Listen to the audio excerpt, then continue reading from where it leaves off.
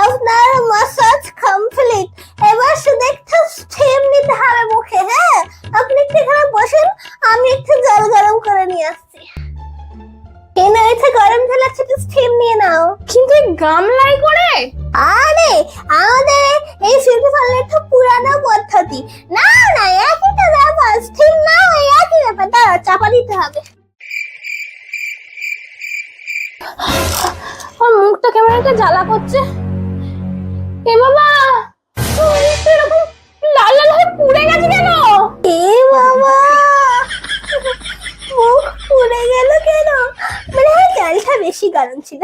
কিছু হবে না, বরফ দিলে আবার ঠিক হয়ে যাবে।